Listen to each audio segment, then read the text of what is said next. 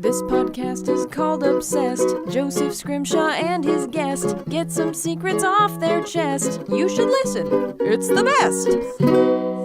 Hello and welcome to Obsessed with me, Joseph Scrimshaw. I'm sitting in my home with an awesome person. I always say awesome, but I'm saying awesome now because this person traveled very far to be here for just a few days. Nicole Dieker. Hi, I'm actually very glad to be here. And you know, it's almost New Year's. There is nowhere I would rather be than in Los Angeles on New Year's. You're saying that totally sincerely? Absolutely. All my friends are here. The parties are here. There's, traffic here. Everything's here.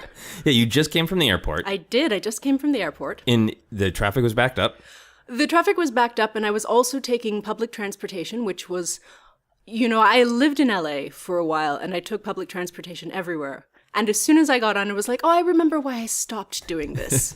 It will get you there when it wants to, right? Eventually. Mm-hmm. Yeah, there's a lot more public transportation than people realize. It just also takes its sweet time. And there's even more of Los Angeles for it to take its sweet time in compared to other places. Has it expanded in the past 4 years? Are you is it like yeah, Pokemon? I think so. Yeah, it's expanding. It's like Pokemon. You can catch it, but a lot of people complain about it. Yeah, it's exactly like Pokemon, exactly.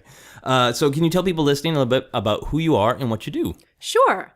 I am a freelance writer. I am the senior editor at the Billfold, which you can find at thebillfold.com. It's a site that deals with the personal side of personal finance.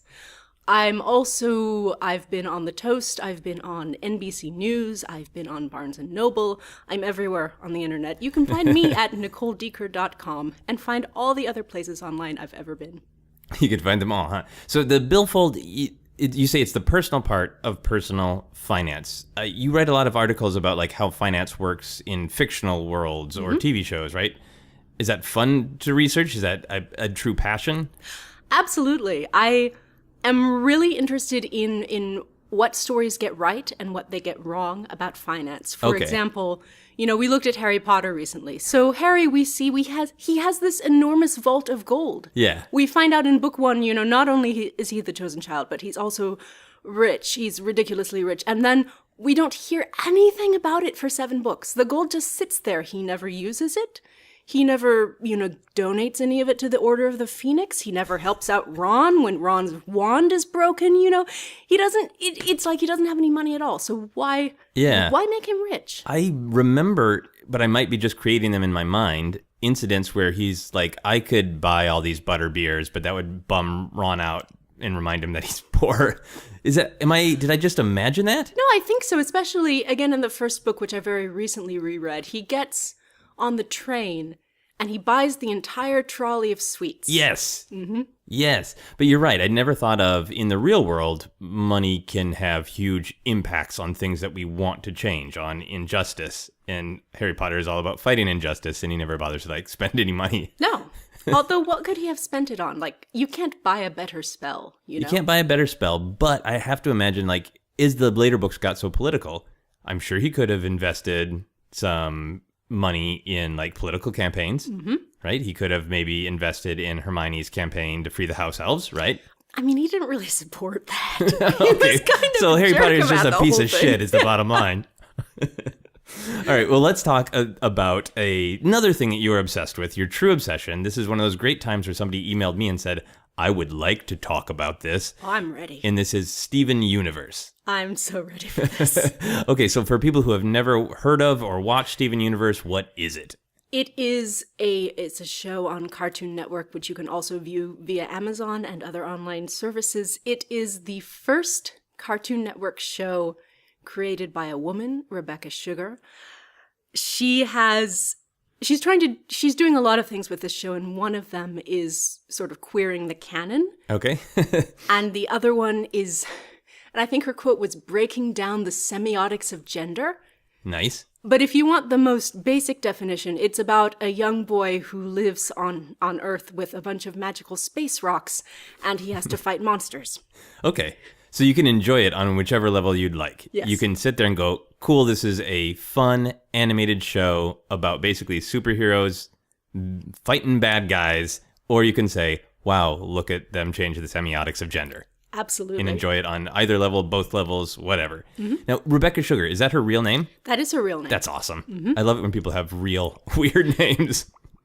Perfect names. So, for you, what hooked you about the show? I first got hooked after Seth Boy, musician Seth Boy, whom you may remember from his sort of slow version of Smash Mouth's All-Star. Yes. Or his Get Wrecked, or, bunch of music. Look him up on the internet. Anyway, so Seth was tweeting about how great the music was. And the Steven Universe music, the songs are written by Rebecca Sugar. The background instrumentals and score are by Ivy and Sarashu, whom I know Ivy from a project we did ages ago. Okay, because you have had a career as a musician as well that you're not as focused on right now, but you do still a little bit, right? I do. Okay. I do. It doesn't make as much money as the writing about money thing. So I do it when I can. Anyways, so I knew Ivy and I knew Seth, and I was like, oh, I have to listen to this. So I spent maybe a month or so just listening to the soundtrack and the music before I finally decided, well, I actually have to watch this now. So you listened to the music before? Absolutely. And did you have other friends who were saying, like, this is a really awesome show, it's really entertaining, it's really progressive, and you're like, yeah, whatever, I'm enjoying the chiptunes? I did, and it was one of those things that I saw on Twitter and on Tumblr, and I saw people talking about it.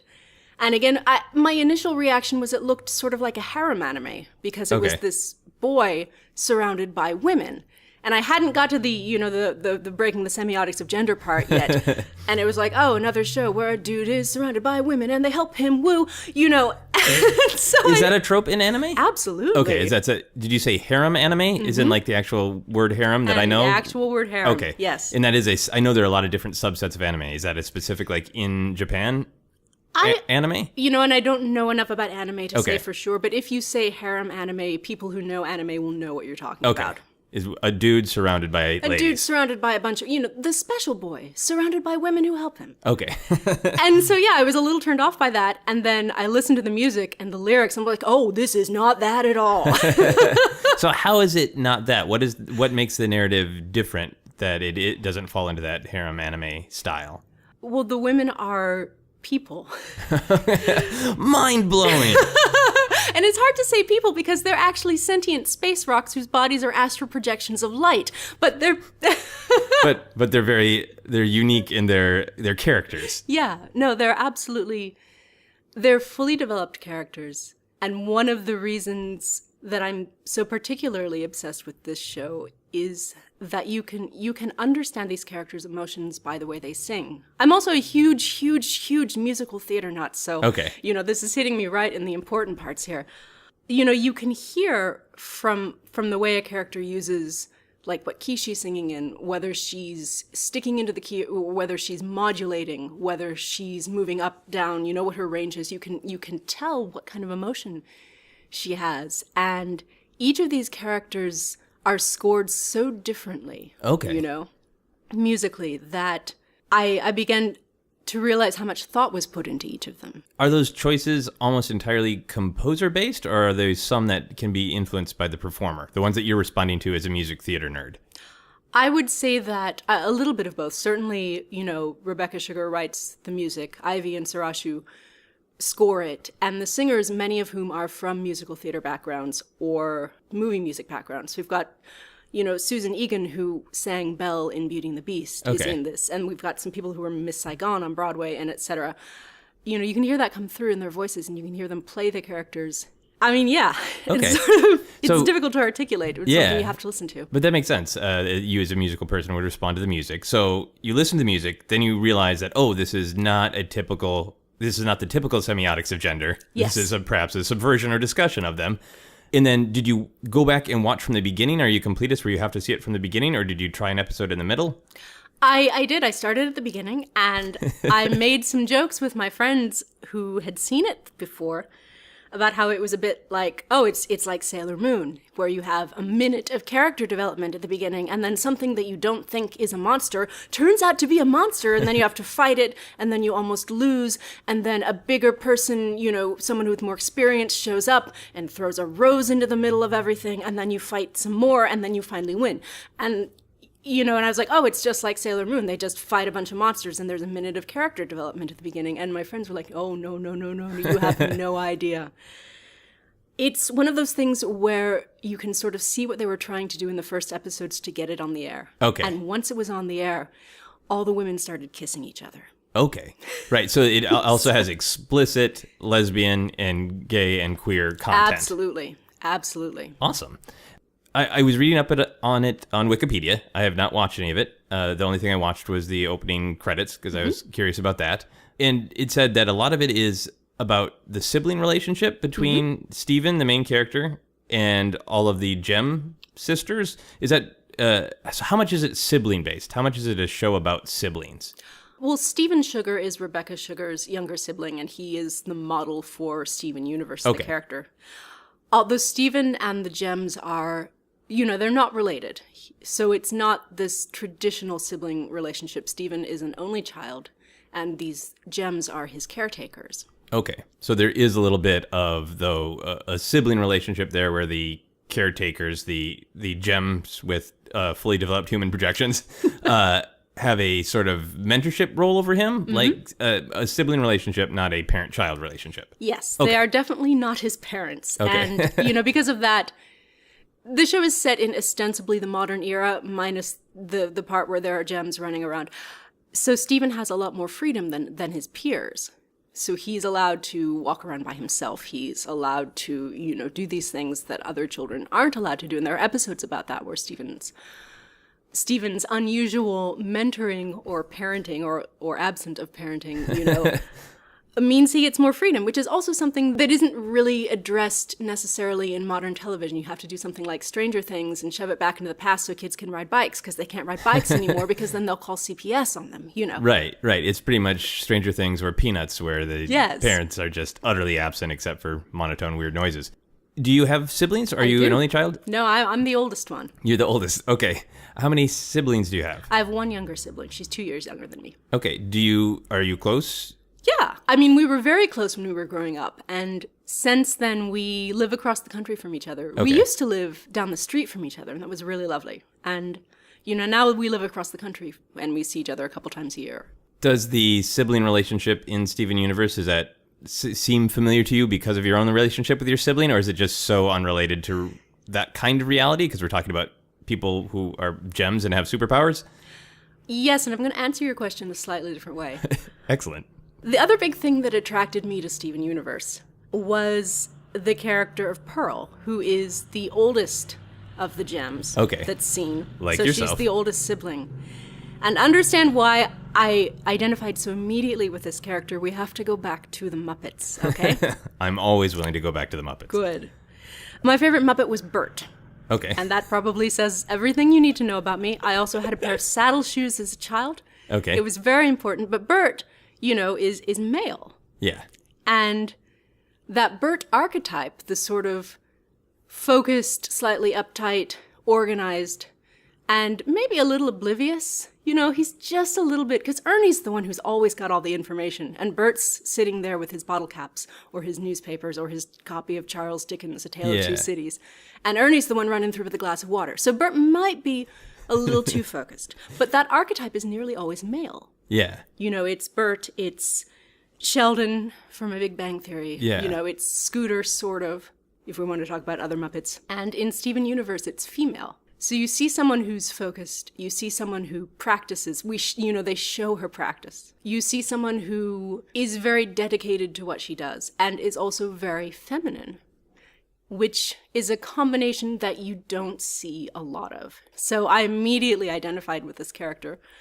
I was like, I have to see what happens. I have to see what she does. Because sometimes we watch shows to see what people do so we can do them ourselves. So you're getting pointers from Pearl. Yes. And I am, admittedly, I'm recognizing they're both flawed characters and I am a flawed character. We're all flawed characters, We're all flawed characters. But what's interesting is the thing that makes Pearl strong is never made fun of. It's never that, oh, she's smart, she's a know-it-all, or, oh, she's, focused, that means she's obsessive. It's her strengths are allowed to be strengths. Okay. Which is also something that you rarely see in the sort of smart and uptight and ramrod straight type of character. Yeah, it's almost always the comedy of the world around them is so loose and hip and whatever, and they're so uptight that they can't function. There's another character in Steven Universe, the youngest of the Gems, called Amethyst, who is the loose character.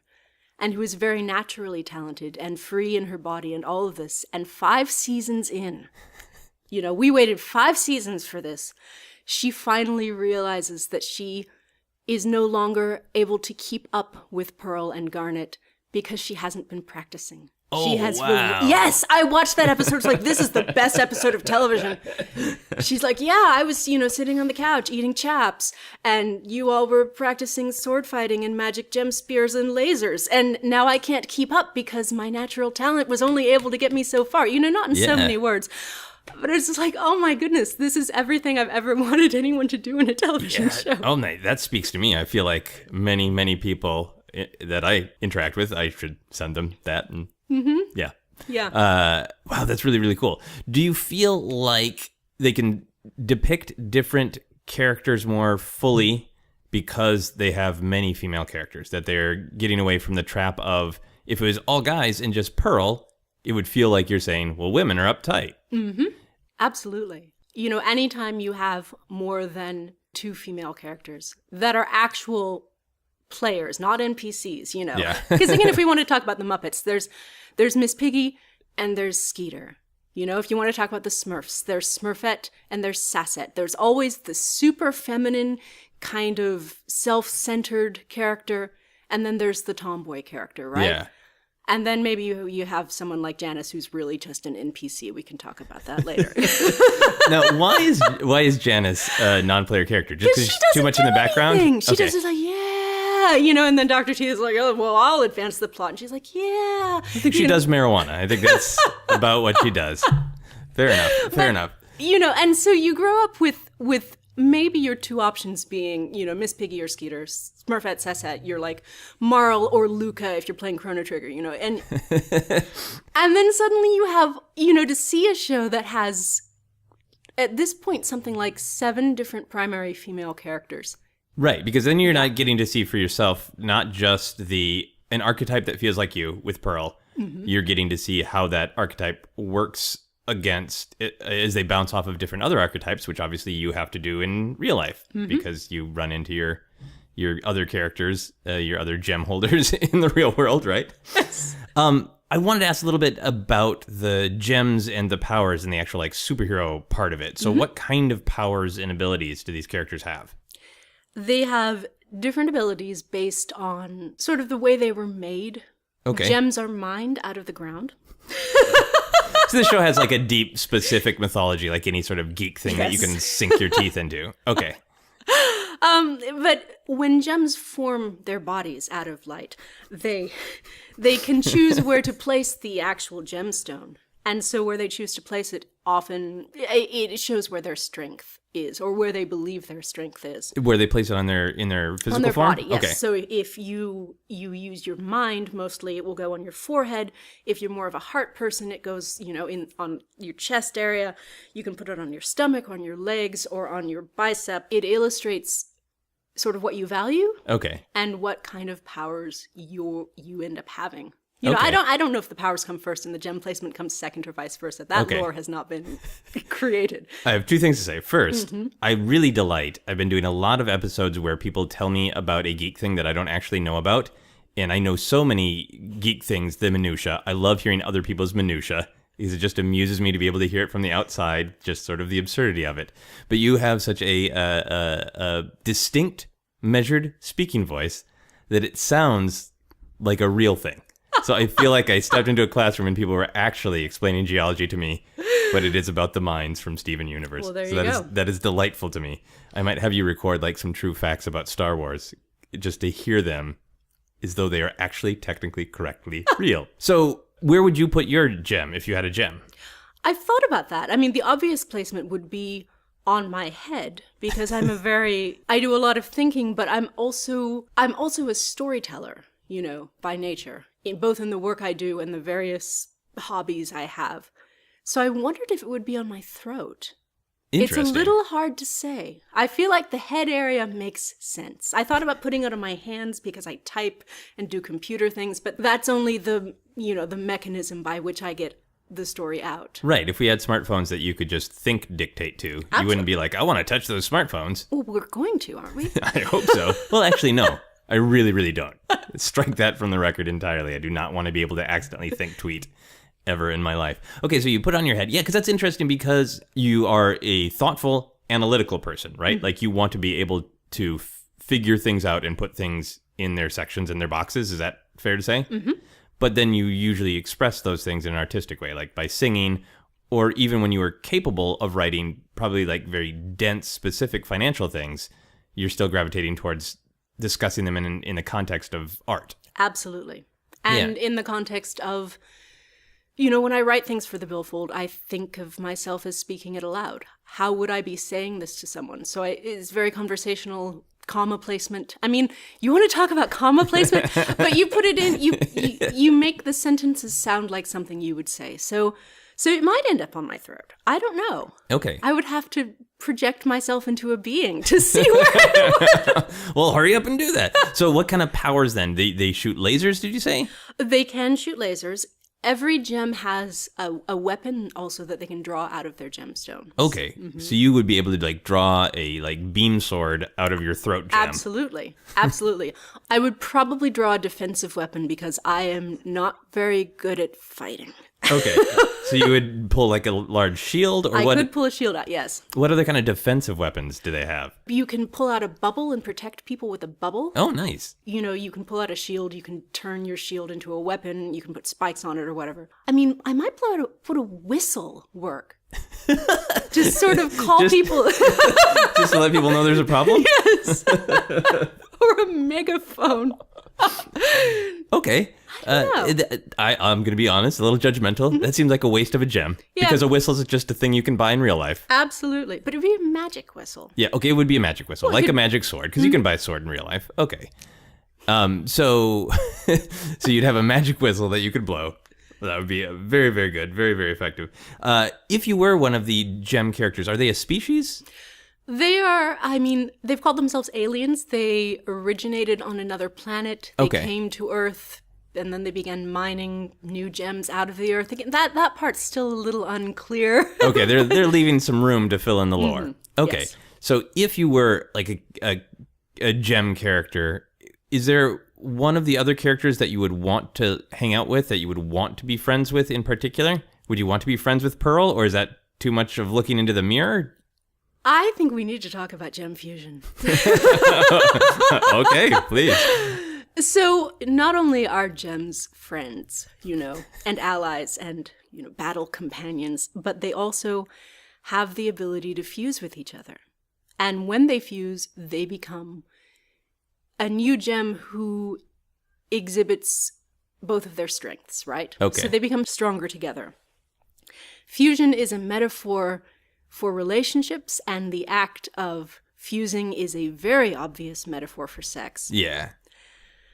And there's some episodes about consent and consent issues, which are really great. You can all go watch those online. Like gem fusion consent. Mm-hmm. Like cool. What happens if you fuse with someone under false pretenses? Okay. Or fuse without asking. Okay. Or refuse to unfuse, There are is so great. And it sounds like the way it's conveyed does not feel like old school after school specials, like heavy-handed. Like it feels organic to the lore they've created. Absolutely. Cool. Again, a lot of adults watch this. It's not just me. Yeah. I would believe you anyway, but you said it in a very successfully defensive way. It is not just me. I wasn't thinking that. Okay, so you brought up gem fusion. I asked you which one you wanted to hang out with. So are you going to tell me who you want to gem fuse with? It's really interesting to think about. I think if I did fuse with Pearl, we would not be a very strong gem. We would be tall, and we would have a checklist in one hand and a spear in the other. Magic checklist. A magical checklist. Everything always gets done on the magical checklist. That's pretty effective. But I don't think. This is going to sound real profound. I feel like she and I would have things to teach each other, but I feel like it would be more interesting to fuse with someone else. Yeah, because you'd just sort of be like giant confirmation bias gem. Because you would just agree with one another, right? Exactly. The most interesting gem for me to fuse with would probably be Garnet, who is already a fusion. She has a stable fusion of the gems Ruby and Sapphire. Okay. But she's the clear leader. So at that point, would it be considered like a three-way gem It fusion? would be a three-way Okay, gem great. fusion. The gem created would be very large and have a large amount of powers. But the thing that Garnet is able to do that the other gems aren't is, she's able to be compassionate, and she is able to be open, and she is able to teach people how to love, and to exhibit love by being herself. Again, if we want to talk about the whole women kissing thing, there's an episode called The Answer, which is also a book, which I bought for my nephew, because the things aunts are supposed to do is buy books for their nephews that they're completely way too advanced for them. But it's a children's book about, these two young girls, and I'm saying girls with air quotes, because again, they're gems, they're beings made out of gemstone and light, who fall in love with each other. And this has never happened before, and they discover... Like two gems have never fallen in love. That's correct. They've Two fused, gems have never fallen in love. but they don't... Okay. Mm-hmm. They've fused for battle purposes. They've never fallen in love. They've never decided they wanted to become a permanent fusion. So they've done it sort of, to use the sex analogy, for procreation, but never Yes! for fun and joy. Yes, that's perfect. Okay. So to fuse with someone, and getting real profound here, since I am a person who operates primarily on her own and is very stable on her own, what could I learn from someone who's in a stable relationship? Oh, okay. What could I learn by combining by opening up myself to allow myself to be entered by this stable relationship? I do. I know exactly what you mean. It's a three-way with gem crystals. Absolutely. I understand. So do you feel like you would learn something about, would you learn about relationships, do you feel like? I would hope so. And also, how to let somebody into your life to the point where they are a permanent part of your body. Right. To take them, but how to balance, who you are with who they are and become the thing that exists between you. Right, because that seems to be like the point of the gem, is that it's a superpowered combination, not that one or the other gets dominance. Exactly. The idea is that any relationship is greater than the people involved. Yeah. If it's a good relationship. Right, that's the ideal. But, Right. Sometimes, people live together, even married, but their gems are not fused. Oh, no. And sometimes they're a terrible fusion and it keeps falling apart. Yeah. Mm-hmm. Have you been in a relationship since you became obsessed with Steven Universe? No. Okay. Do you feel like the next time you're going to be in a relationship that all of these ideas are going to be a big part of how you process it? That's a very good question. I suspect I might mention it. Is that the third date conversation? How do you feel about gem fusion? But certainly the idea that people can become something larger than themselves when they work with other people is, you can think about that whether you're thinking about romantic relationships or friendships or people joining together to be activists. Yay. Yeah. You seem to know the lore really well, and I know you're a person who knows things. They figure things out. Have you watched the show more than once? Have you made an effort to become knowledgeable? Yes. The great thing about Steven Universe is that the episodes are only 11 minutes long. Okay. So rewatchability is kind of built into it, especially because it's a show, theoretically for children who rewatch things all the time. Yeah. And when you rewatch, you pick up details that weren't designed for you to catch them the first time. Oh, okay. So you think that there is supposed to be layers that are found the second time around? Absolutely. There's one episode that ends with, sort of a fade out, and a character is speaking into this fade out. And, that's the sort of thing you watch and you think, oh, well, I'm not supposed to pay attention to this because the character is moving into the background, their voice is getting quieter. And what you realize on the rewatch is that they are telling you everything that's going to happen in the next season. Nice. Yeah, so there's no way you could know that the first time around. Right. No. Now, are you the type of person, though, if you're just staring off into space, thinking about Steven Universe, and you realize, I know there's a detail somewhere in season 3 that not a lot of fans remember, and I want to be the one who remembers all the details of this bad guy, will you go and, study? Absolutely. We were just, and I say we, me and the Steven Universe fandom community were just doing this after the most recent episode came out. The character of Greg Universe, who is Steven Universe's father, who lives out of a van and works at a car wash and once was a rock star and then sort of, the way I'm not a rock star anymore, is not that. He has a tan on his body. And it's the sort of thing, you look at it, and he's got like the farmer tan, so it's pale up top and, red on his arms. And you look at it at the beginning, you think it's character design. And as the series progresses, you're like, oh, it's winter. But he still has the farmer tan, even though there's not sun. And there are these flashbacks where he doesn't. And you realize there's a point in time in which this tan got burned onto his body. So you're watching flashbacks, you're watching current episodes, and you're like, does he have it? Does he not have it? Does he have it? Does he not have it?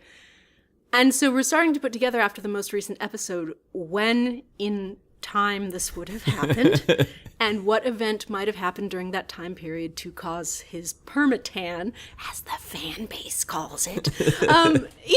So you can go that deep if you want to. Yeah, that's awesome. I have been going that deep on Star Wars lately with all of the new canon where they're really, since they separated it, since Disney bought it and separated all of the old books and comic books, and now they're getting into that level of stuff where fans can go through and decipher, and then they sometimes can even help Disney make a decision about some weird thing. Disney, Lucasfilm. I wanted to talk a little bit about the fan community, because on the Wikipedia page, that's one of the things that came up towards the end, is that obviously this is a very progressive show that puts forward very great ideas about positivity, but like in all fandoms, there's a darkness. Oh my goodness. So is this a big Tumblr show? Yes. Okay, so there's a huge Tumblr community for Steven Universe, and do you have to kind of be careful what you say because people will get mad? Is that correct? Am I stating that correctly, or? I mean, I have to be careful what I say because I'm a semi-public internet writer. But yes, because the characters are so diverse and because they have, there are a lot of fat characters, there are queer characters, there are characters who can be read as, neurodiverse. There are hints that one character might be transgender, although that isn't confirmed yet. Okay. If your fan representations, if your fanfic or your fan art deviates from that, then the fan community will yell at you, which maybe they shouldn't do. I don't advocate yelling at anyone. Am I remembering correctly? Was there an incident that somebody had made one of the characters a different body type, and that's what made people angry? Okay. Yes. Mm-hmm. One of the characters was drawn thinner than she is presented on the show, and a bunch of people got really angry and, accused of fat shaming, and it was really nasty. It was not the kind of thing that you want to look at a year from now and think, oh, I said that to someone, That's a great metric to use of what will I feel about this in a year? Mm-hmm. Yeah, because you're normally just about like, will I be okay with this 5 minutes from now? I'm like, yeah, I'll still be angry 5 minutes from now, but a year from now. So I was curious, like you are a measured, careful person, but I also know that you're a very passionate person. Do you have any controversial opinions about the show where you're like, you've spent all this time, you know it in a sort of studied way, you know the facts of the show, but do you ship anyone? Do you have a strong opinion about where the show should go that's controversial? I don't think I do. I'm not invested in any particular ships. I'm curious to see where they go. I have a couple of predictions that I would love to see confirmed, but I don't think my predictions are that different from anyone else's who's been paying attention. If you had a fan theory about how the permatan happened and it turned out to be wrong, would you be pissed? Like, are you at that level? Only if it didn't make sense. We've all seen those shows or stories where they sort of cheap out on the reason. Right. Yeah. Right. They introduce a mystery. And obviously this creator knows, Rebecca Sugar, right? Mm-hmm. She knows that she has a fan base that is paying attention. So it's worth her time to make sure that everything makes sense so Tumblr stays happy. I wanted to ask a little bit a question that's kind of a combination of Steven Universe and all of your financial knowledge. Yes. So you write a lot of things about other fictions in financial planning. But if somebody came to you and said, we would like to make a Steven Universe-like exciting cartoon about financial planning, would you be interested in making something like that? Sure. So can we talk through what it would look like? Yeah. Oh my goodness. Would this be for children? Would it be for adults? I like the cartoons like Steven Universe that, it's just like most cartoons. unless they're just there to sort of test children's object permanence, most animated things at this point are trying to be both for kids and adults. You'd have to start out realistically, I suppose. You'd have characters, and they would have money, and they would have to spend it. They would have to talk about having money in the way that people actually talk about having money. Would you want it to be an allegory that they like are tree beans and they can only release so many of their leaves, or like as money, or would you want it to be like it is supernatural, it's werewolves, but they have money? I think the problem with personal finance, where people get messed up, is they do treat money as something that isn't real. Right. In that you'll go, you see the stop drinking your latte, right? You can save thousands of dollars a year if you just stop drinking your daily latte. Or, the go through your list of expenses and just, start unsubscribing to magazines. Yeah. Which, I don't know how many magazines you have around your house right now. So personal finance is often approached from a sort of allegorical perspective. Okay. I mean, allegory is not the right word, but a metaphorical perspective. Right. It's a hypothetical perspective. That's what I'm hypothetical. Yeah, it's a process. Here are like sort of process things you can do. Right. But you would want to drill home to kids, like, no, money's real. I would want to show the consequences of... Okay. I mean, yeah, because you could have an episode where someone reads that financial tip about, unsubscribing from their magazines, right? Or in this case, we'll make it a little more realistic. They can unsubscribe from Netflix. They can unsubscribe from cable. They can unsubscribe from their newspaper. They can unsubscribe, they can get rid of their smartphone and get a flip phone. These are all tips, like you'll get yourself out of debt if you just get rid of that smartphone. And then show what happens. Is this person aware of what's going on? Is this person able to communicate with their friends? Is this person able to meet up for a birthday party? I mean, it's not to go on Miss Piggle-Wiggle on this, but there are real consequences to not having access to information. Yeah, absolutely.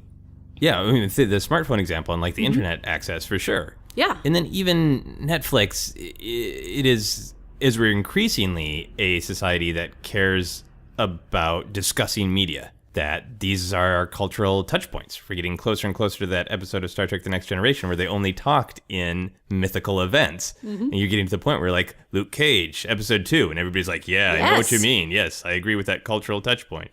So how would you make it magical? How would you make it like fun, like in terms of like superpowers or mystical beings? I mean, do we want to go the Captain Planet route? It's sort of... Does anybody?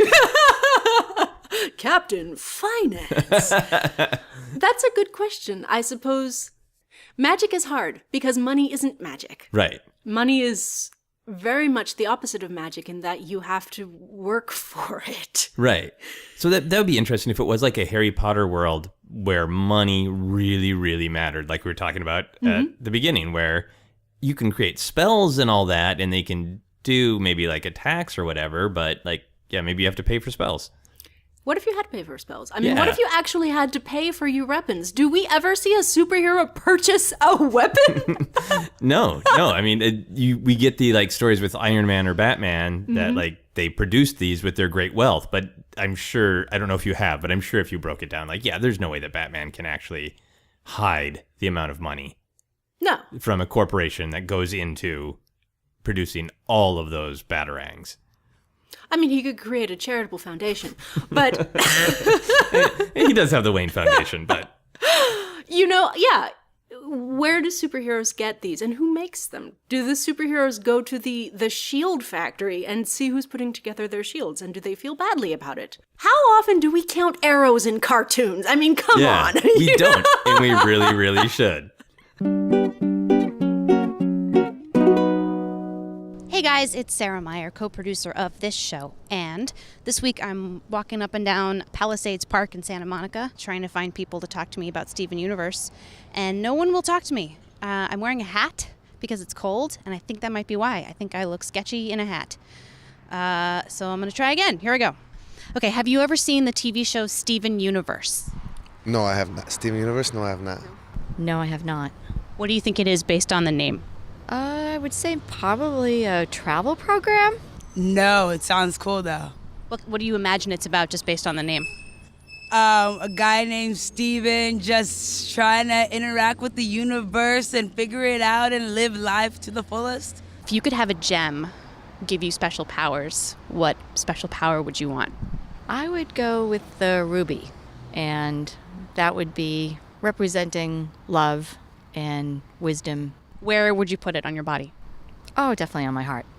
Well, I wear a lot of gemstones, and I think my favorite, moldavite, because it's a crystal that comes from the meteorite hitting the earth in one place in Chile, or like not Chile, but Czechoslovakia, you know what I mean? Happened millions of years ago, but now there's little pieces, and it's like outer space here, and it gives you like, I think, the ultimate power. It's the holy grail of gemstones. And what's it called? Moldavite. This is like basically exactly what the show's about. Like, you should be in the show. Sign me up! Except it's animated. I can do voices right now. Okay, a different voice. I don't know. Okay, these are the lyrics to the Steven Universe theme song, as sung by C-Ray. Gabriel. Pedro. If you're evil and you're on the rise, you can count on the four of us taking you down. Because your good and evil never beats us. And we'll win and then go out for pizzas. I tried. We're going to move on to our How Obsessed Are You questions. Do you think about Steven Universe every day? Probably, because the one or another of the songs is usually stuck in my head. Okay, so the main theme is very catchy. Mm-hmm. Are there other songs that repeat? Do characters have their own like themes or songs that they sing like every time they're going to fight? It's time for the fighting song? It's not like that. It's not like, again, it's not like Sailor Moon in that aspect. But the songs themselves are interesting and they're complex and they're emotionally resonant. There's a song about mindfulness, for example, where Garnet talks to Steven about how to identify his thoughts, recognize them as thoughts, and let them go without perseverating over them. Okay. And so I think of that all the time. I'm like, oh, here comes a thought. All right, I don't have to focus on that. I can just let it go, And Right. so that's how the songs get stuck in my head. That's probably why I end up thinking of it every day. Right. Is like life lessons almost? Exactly. Successful life lessons? That's pretty damn good obsession. Do you have or would you get a Steven Universe tattoo? Well, I very much wanted to, and then I chickened out. Tell me that story. I turned 35 this year, and Okay. I've wanted a tattoo ever since I was, probably a teenager. And I wasn't able to afford one because I was never earning a lot of money. And then I started earning enough money, and I thought of myself being 35 and walking into the tattoo studio and being like, hello, how do you tattoo? Please do it on me. And I just felt like I would be sort of old.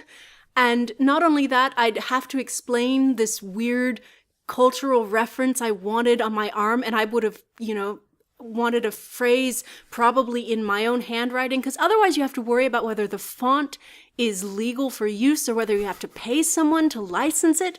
That would be a terrible future where there's like drones scanning for fonts that you're not allowed to have tattooed on your body. But no, I had this lovely inner, forearm tattoo. Again, the phrase, here comes a thought, because it's something I think about all the time. But you're like, hello, this is my first tattoo. Please do exactly what I've said in my own handwriting. It's all about me. Also, it's my birthday. So I never did it. Okay, so it was the combination of you felt like maybe you were out of place in a tattoo parlor. Mm-hmm. You felt conscious about your age, which I don't think you should. As somebody who, this is advice that I give other people that I don't take. I don't think you should. I, of course, should. Absolutely. At all times.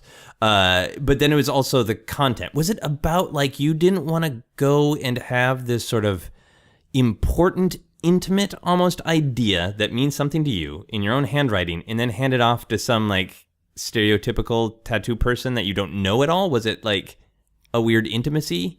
No. It was more like I'd be walking in knowing nothing about tattooing. Okay. And I'd be like, hello, me, my ideas, me. Also, I've never done this before, but you're going to do exactly what I want you to do. And I thought, well, that's a terrible idea. I should do what most people do and go in and get a small tattoo, off the rack. That's not even the right term. There's a real term for it. Yeah. And go get a heart or something. And then I'll know how tattooing works. And then I can go back and find someone. You're supposed to have a tattoo person who works with you and knows you. Okay, so you want to gem combine. What is the term? Fusion, yes. Gem fusion. You want a gem fusion with your tattoo artist first. Is the me part of it, though? Is it that you feel you're being rude to them because you're not including them in your tattoo? Yes. Okay. It's like I'm going and placing a fast food order, Okay. for a meal that I've already cooked. Okay, so you're just having a deep and kind respect for tattoo artists as artists. Mm-hmm. Okay, interesting. So would you get a tattoo, your Steven Universe tattoo, if you went to a convention and there was just a booth of Steven Universe specific tattoo artists lined up? I would need someone to vouch for them. I mean, you're supposed to. But let's say that someone I knew and trusted had used them before and, said they were great and not weird and creepy. Right. Then yeah, sure. Okay. Sure, I think it would be so much fun. Well, maybe that will happen because I was shocked. A couple of years ago, like a year and a half ago, I went to Star Wars Celebration when it was in Anaheim, and they had just a bunch of booths of tattoo artists. And they also had not open bars. They had bars where you're walking around, you're looking at the exhibits, and you can just buy a beer, and then you can just go get a Star Wars tattoo right then. That's amazing. And that was a little frightening to me about my own judgment skills.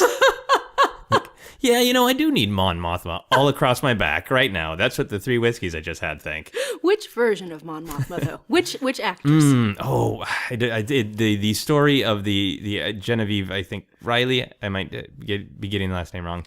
The woman who played her in Rogue One, having also played her in Revenge of the Sith. That's such a cool story. So yeah. Yeah. My whiskeys would have got younger Mon Mothma. Not an age judgment at all. Of course. Well, I hope you get a Steven Universe tattoo. I would love to do that. And I suspect that once this podcast goes live, someone I know will say, hey, Nicole, let's go get a tattoo together. And if you're listening right now and you want to say, let's go get a tattoo together, you know how to find me. And if you don't know how to find me, don't contact me. That seems like a good rule of thumb. Okay, so if you had to get something like a little heart, like if you had to get tattoo artist choice before you could get your own tattoo, what would you get? I mean, I'd probably get a music note. That would be easy. You can stick it on your toe or on your finger, You can just put it out of the way. Get it in, get it out, and now I know how tattoos work. Fair enough. Would you want to study up about tattoos yourself? Because you've said a couple times, I don't know anything about tattoos. I've done some research, but I feel like it's one of those things that you don't actually get to experience until you experience it. Right, you have to experience it. That makes sense. When someone walks into your home, are they able to tell you're obsessed with Steven Universe immediately? I do have the temple door symbol on my door because my apartment's door number was never there. Someone had written the number on the door with pencil. So I got some construction paper and markers and, drew the gem temple door symbol and put my apartment number on it and stuck it on the door. But aside from that, they probably wouldn't because I don't have a lot of stuff in my apartment. I don't have action figures and posters and things. They would if they looked at my phone or my laptop. Okay, so if they looked at your digital world where you're spending a lot of time writing, they would see that. If you had space and money, would you want to get into the physical world of Steven Universe, of having comic books and action figures and posters? I do want to eventually collect or read all the books. Owning might be, I digitally own everything now. Okay. But I do want to read all the books. The action figures are less interesting to me just because I'm not a collector and I move a lot. Right. You don't want them to become a burden. Yes. It's understandable. Well, so this is a weird question then. Would you steal an exclusive Steven Universe Blu-ray from Walmart? I own nothing that can play a DVD or Blu-ray at this time. So you... Okay, well, I'll add this. I'll change this to include a Blu-ray player. So if, for some reason, the only way you could find out the truth of the Permatan was this exclusive Blu-ray at Walmart, would you steal the disc and a player from Walmart? I feel like I could ask someone what happened, But let's play by the rules. If that were the only way to do it, I would have a very hard time stealing something. I would probably... I'd do what I did When I started paying for HBO, Fair enough. at this point, I'm either going to watch it or I'm not. And if I don't, then I don't know what happens. And sometimes I'll just make up a story about what happens. And then, then Sansa Stark doesn't have terrible things happen to her because I didn't watch it and I made up my own story instead. That is a long way of me saying I would not steal a DVD and the Blu-ray player. So you would see this as an opportunity to create some fan fiction. Absolutely. Fair enough. If there was a presidential candidate that you supported, but you found out they hated Steven Universe, would you take away your support? Do they hate the idea of, women being people? Do they hate the idea of lesbian and queer relationships? Do they hate the idea of polyamorous relationships? What are we talking about? What They part do love all hate? that, and they just fucking hate gems. Oh, well, they then, think yeah, gems whatever. are stupid. They don't think the cartoon is well written. They support all of the progressive ideas contained in the show. They just don't like the show. Then that's fine. Who cares? At this point, I don't want to get too political. You can just finish that sentence. At this point, any. Fair enough. If Donald Trump came out, I'm not a fan of him. I'm going to go way out on a political limb and say I'm not personally a fan of the man. If he said he liked Steven Universe, would that bug you? I would Or be do you be very hopeful? curious why. Yeah. I mean, what part is he just, imagining himself grabbing the gemstones out of the gems? He just sees something shiny and says, I want that. I'd be very curious as to know why. Yeah. It would not move the needle though for you. Again, he's not president yet. We haven't seen what he's going to do, We just have seen 70 years of behavior from this specific human being, and then we get to guess. Absolutely. We get to make up our own fan fiction. Yeah. I might tune out for a little while and make up some fan fiction. I shouldn't do that. If you heard someone say an incorrect fact about Steven Universe, would you correct them? I'm expecting people to correct me. Not because I said incorrect facts, but because I was sort of like, well, I said Steven when I actually meant Stevani, who is the, Okay. Anyway, we don't even get into that. Go watch the show. You mean like during the podcast? During the podcast. Everybody I misspeaks a little bit when they're speaking extemporaneously. I deliberately simplified a few things because I didn't You want did? to. Oh, Okay. I did. I didn't want to talk about. Never mind. Just watch it. What I mean to say is, I expect people to correct me. I would probably do the same. Okay. within a context where it's clear that someone is, spreading misinformation. Yeah, so there's the just getting a little detail wrong, like, oh, somebody misspoke. Who cares? Right. Yeah. Or there's a fundamental misunderstanding that actually contributes to the understanding of the show. Like if somebody thought Yes. one of the gems meant something different about the character than what you feel it does, would you say, actually, the gem in the head means...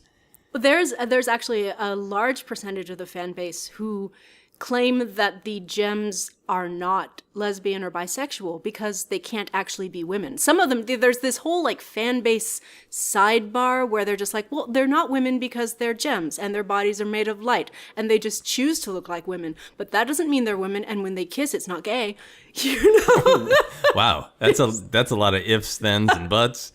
Yeah, so that part I would like to correct. Yeah, okay. And so you feel, and I would imagine the creator...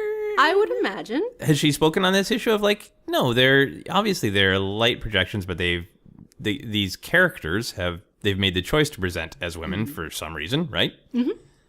I can't remember, I know she's certainly said in one case that that two characters who some fans insisted were just friends were actually lovers, Okay. She came out, she's like, no, seriously, they were lovers. Stop erasing this. Here's video, yeah. Do you think that they have ever made any choices since obviously this is a show that has a huge fan base that has a lot of opinions, do you think they've ever put anything in the show to just be like, no fans, I'm straightening you out? Yes. Oh, very much. Oh, cool. There have been fan theories that I'm sure the Crooniverse knew about that they very deliberately debunked. They had Okay. a character say aloud, "That is not what is happening." Nice. Would you have a Steven Universe themed wedding? Sure, why not? I Yeah. mean, there'd be great outfits. There'd be some rockin' music. Probably some fun themed cocktails. A lot of opportunities for color. Why all the not? things you like. Yes. Cool. If the only way you could watch Steven Universe is by sitting on a couch, but next to you on the couch is an unleashed bear, would you still sit and watch next to the bear? I mean, how's the bear feeling today? You're not sure. It's a little restless. The bear's a little restless. I would probably wait out the bear. I mean, eventually the bear will have to leave my home. Eventually the bear will die. I have a longer lifespan than a bear. So you would not risk. You don't need to see it now. Mm-hmm. Right. I can wait.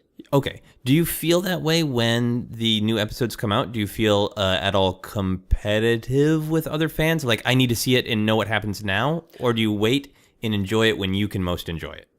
I have definitely woken up early because Amazon will drop them 24 hours after they show on Cartoon Network. Okay. So I have definitely figured out when that 24-hour period is and set my alarm. So I have done that, but there's never been a bear in the room. The bear changes everything. The bear does change everything, which is why I asked.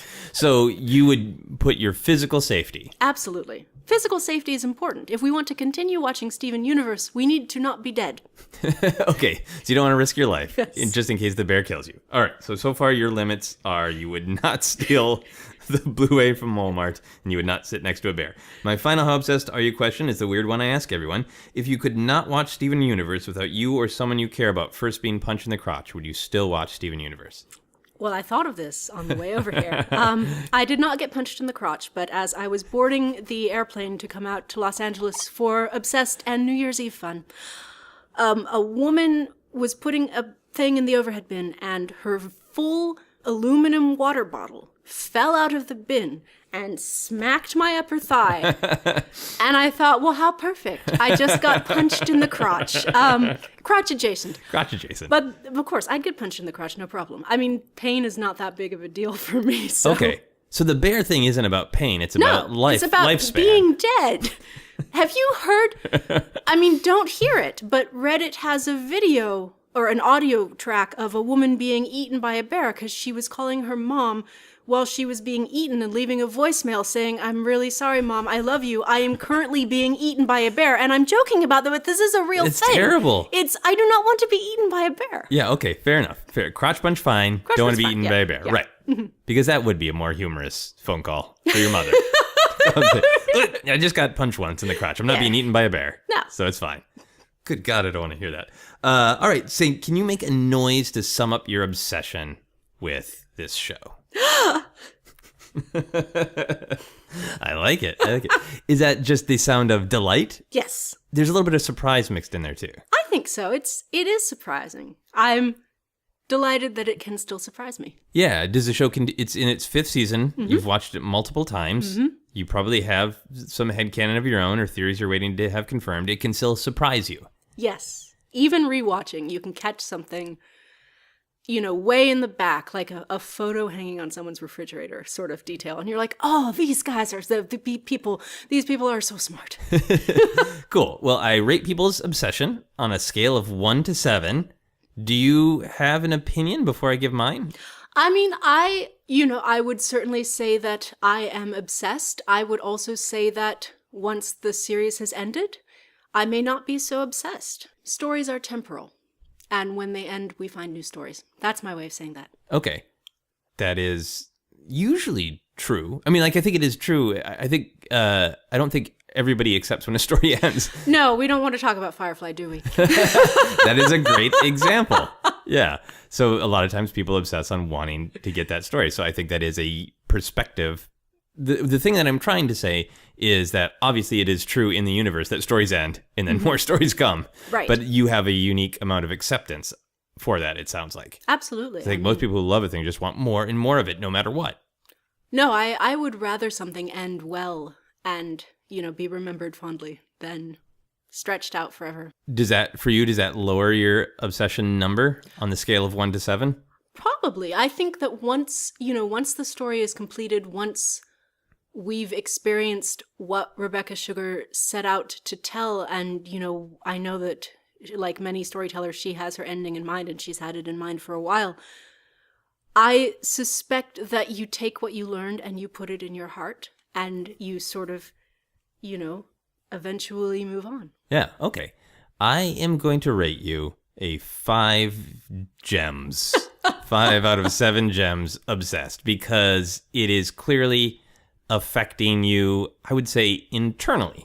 Like, it is affecting the way that you think and process ideas, and some of your time, certainly, and it exists in your computer world, or your digital reality, where you mostly exist, but you do have clear stopping points of like, I would not steal, and your concern over tattoo etiquette is more powerful than your desire to run out and get this very thoughtful, interesting Steven Universe tattoo that you've already thought of.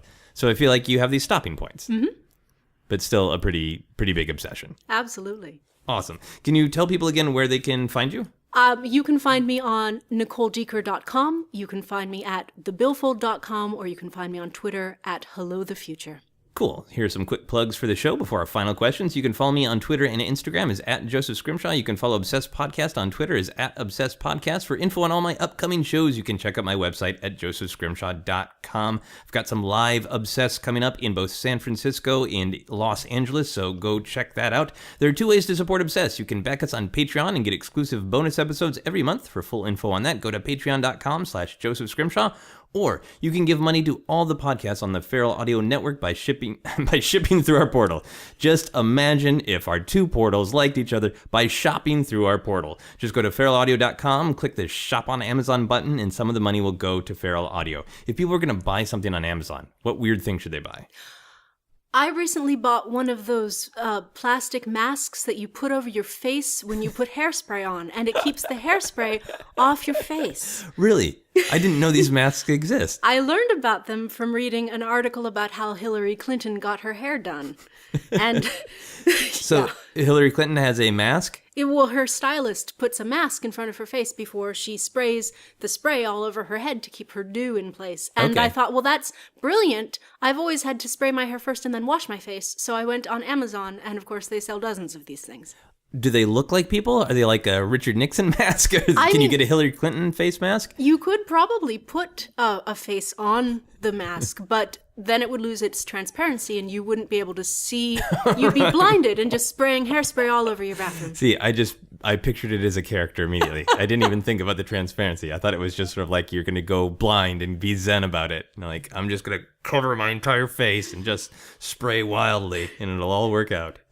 All right, so go buy a face mask on Amazon through our Feral shopping portal. So, final questions. Don't have anything to do with your obsession, but they can if you want. If there was a theme park ride based on your life, what would it be like?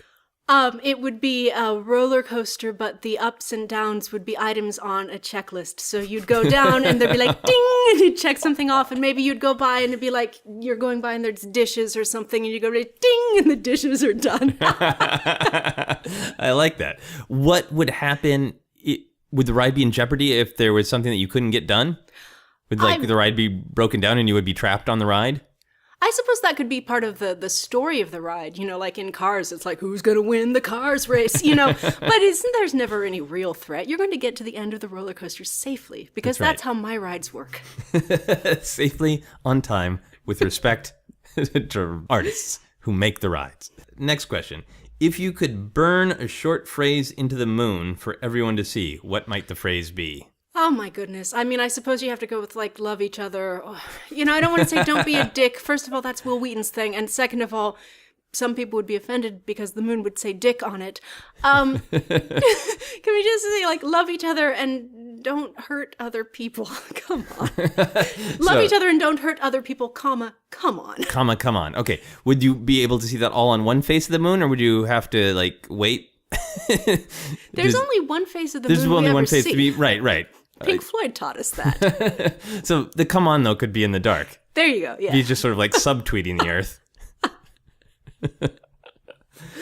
Excellent. The final question for everyone on the podcast is, what is happiness? Happiness is being free from anxiety and thoughts that are getting in the way of the thoughts you want to have.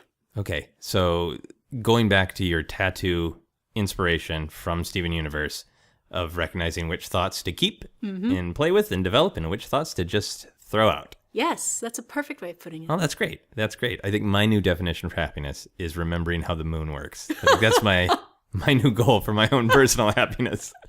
Thank you so much for doing the podcast. Thank you so much for having me. That is our podcast. You've been listening to Obsessed. Joseph Scrimshaw and his guest shared some stories with the rest. Rate 5 stars if you're impressed. Okay, so you know that Pearl is thinking, because she goes 1 1 1 1 flat 7 flat 6 flat 6 5 5 4 4 4 4 4 3 5 3. You know, she's singing modally, so it's do re mi fa sol la ti do instead of do re mi fa sol la ti do. There's just that little bit of difference there, which makes you realize that there's something wrong, that she's having to struggle with an idea, and it's coming out in the flat 7 and the flat 6.